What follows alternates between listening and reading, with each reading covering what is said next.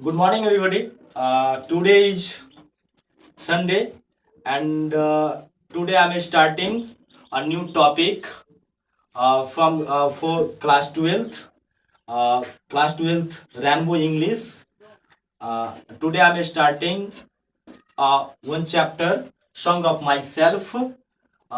This poem belongs to class 12th, second chapter. So, Song of Myself is composed by किसके द्वारा compose किया गया है? Bye Walt Whitman के द्वारा. किसके द्वारा कंपोज किया गया? Sorry for that. If you are looking my videos then understand please. I belong to Bihar, so just I use that Hindi and Mathli both language. So sorry for that. No issue. So Song of Myself composed by Walt Whitman. ये जो Song of Myself है, Song of Myself का मतलब होता है ये compose किया गया है, गाया गया है. किसके द्वारा गाया गया है? वाल्ट व्हिटमैन के द्वारा. ये वाल्ट व्हिटमैन जो है वो कहते हैं क्या, जो सॉन्ग ऑफ माई सेल्फ, मैं खुद में क्या करता हूँ? गाता हूँ.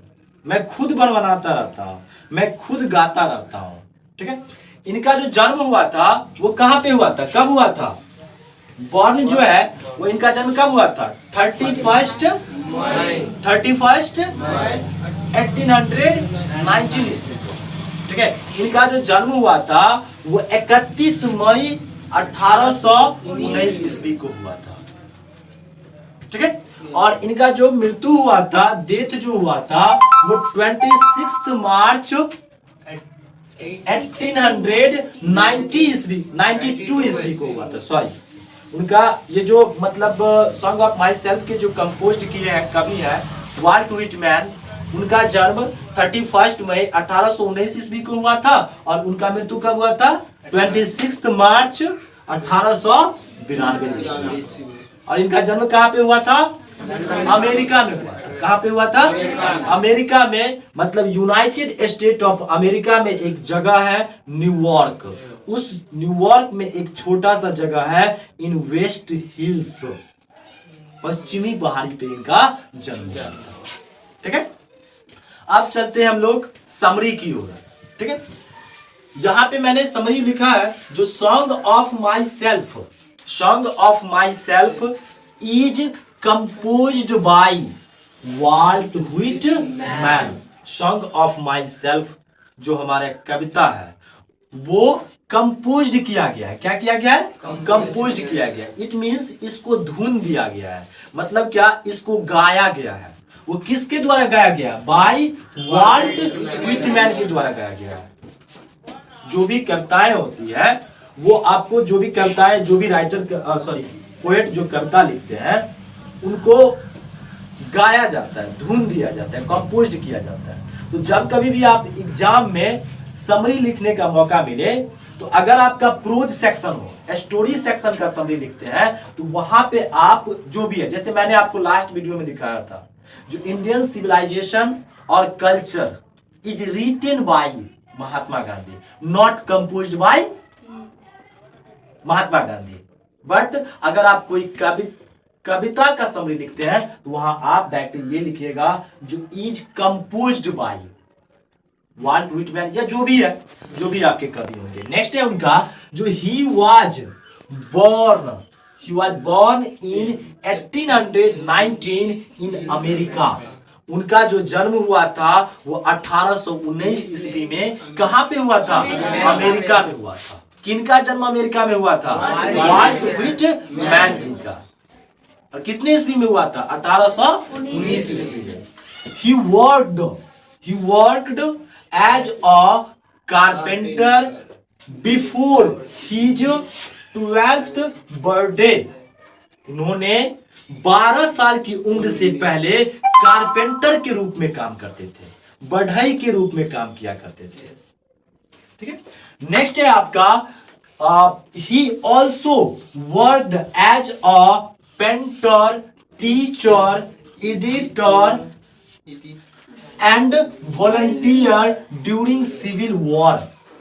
मतलब वो 12 साल की उम्र से पहले तो कारपेंटर का काम करते ही थे, बट 12 साल के उम्र से पहले कारपेंटर का काम करते थे, और उन्होंने जो भी और जो काम किए हैं वो किसके रूप में काम किए हैं? You also work as a painter के रूप में काम किए। किसके रूप में काम किया है? पेंटर के रूप में भी काम किए हैं, टीचर के रूप में भी काम किए हैं, एडिटर के रूप में भी काम किए हैं। एडिटर इट मींस संपादक, इसका हिंदी होता है। नेक्स्ट, एंड और volunteer during civil war. America में जो सिविल वॉर हुआ था उसमें उन्होंने वॉलंटियर के रूप में भी क्या किए थे? काम किए थे। ठीक है। नेक्स्ट है हिज इंपोर्टेंट वर्क्स।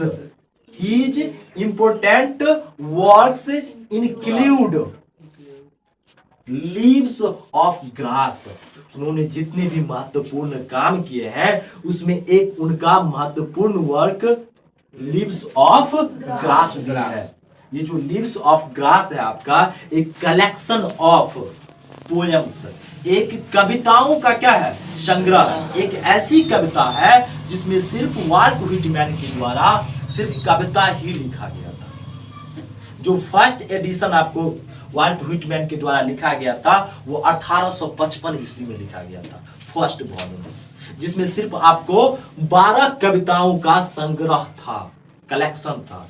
लेकिन लास्ट जो आपका एडिशन निकला था 1892 में, उसमें आपको 400 कविताओं का क्या था? संग्रह।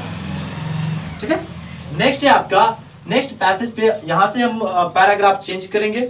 ये आपका जितना भी मैंने आपको बताया है ये कवि के बारे में मेन चीज था, जो कवि का क्या, कहां पे जन्म हुआ था, क्या किए थे, जो मेन थिंग्स था। नेक्स्ट हम लोग चलते हैं कविता की ओर। यहां पे क्या कह रहा है? जो इन दिस पोयम, इस कविता में, किस कविता में? सॉन्ग ऑफ माई सेल्फ की कविता में द पोएट, कवि, द पोएट इंजॉय मतलब क्या होता है? आनंद करते हैं। ठीक है, आनंद उठाते हैं। इंजॉय हिमसेल्फ, अपने आप में इंजॉय करते हैं, अपने आप में खुशियां मनाते हैं, अपने आप में आनंद उठाते रहते हैं। इन दिस पोएम, इस कविता में वाल्ट व्हिटमैन जी अपने आप में क्या करते हैं? खुशियां मनाते हैं, आनंद उठाते हैं, इंजॉय करते हैं। एंड का मतलब क्या होता है? और सिंग्स मतलब क्या होता है? गाते हैं।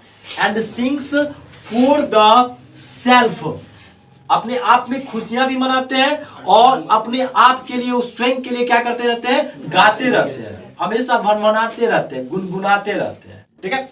नेक्स्ट क्या रहा है? जो he sees himself in others, वह अपने आप को, कौन अपने आप को? वाल्ट व्हिटमैन जी, वह अपने आप को दूसरों में देखते हैं, अपने आप को दूसरों में क्या करते हैं? देखते हैं। नेक्स्ट देखिए इसमें क्या कहने का है?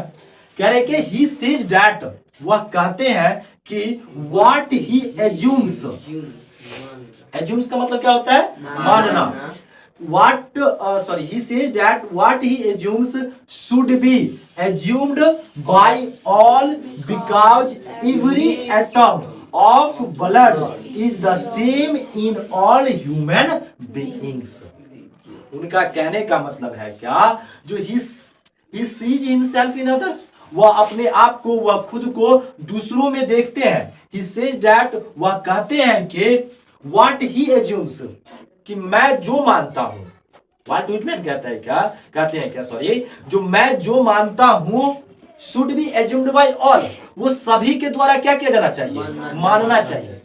अब क्यों मानना चाहिए? भाई ऐसा तो नहीं है जो तुम जो कहोगे मैं मान लूंगा, ऐसा हो सकता है? नहीं। लेकिन वाल्ट व्हिटमैन जी कहते हैं कि मैं जो मानता हूं वो सभी के द्वारा क्या किया जाना चाहिए? मानना चाहिए। अब क्यों मानना चाहिए? मैं इसका भी कारण दे रहा हूं।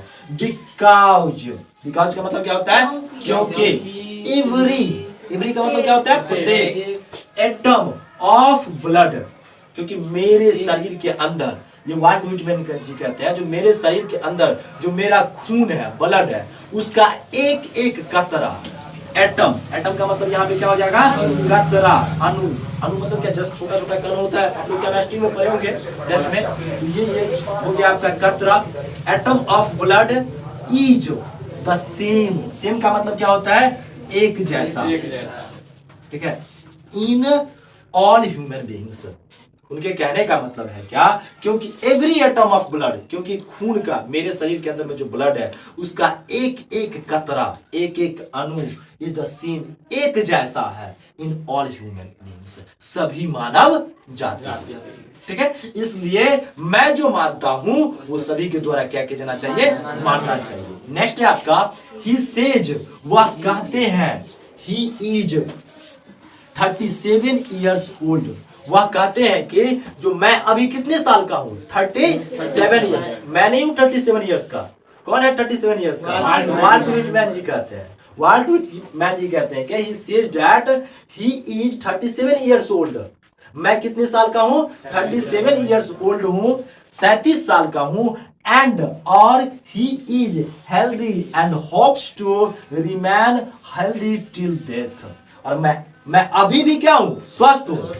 वाल्ट व्हिटमैन जी कहते हैं कि मैं 37 साल का हूं, अभी भी मैं क्या हूं, स्वस्थ हूं, और मैं होप्स करता हूं, होप्स करता हूं मतलब आशा करता हूं, to remain healthy till death, कि मैं मरते दम तक क्या रहूंगा, मैं स्वस्थ रहूंगा, मेरी ये आशा है। ठीक है, नेक्स्ट क्या है, ही ऑलवेज कीप्स फीलिंग्स और thoughts in mind for good और bad, he always keeps feeling और थॉट्स इन माइंड, वह अपने माइंड में, अपने मस्तिष्क में, अपने दिमाग में हमेशा क्या रखते हैं, फीलिंग्स रखते हैं, FEELING, फीलिंग्स रखते हैं, इट मीन्स अनुभव रखते हैं, महसूस करते हैं, और या थॉट्स विचार रखते हैं, किस चीज के लिए विचार रखते हैं, इन माइंड, अपनी मस्तिष्क में, फॉर गुड और बैड, मतलब जो क्या सही है या क्या गलत है, इस चीज को समझने का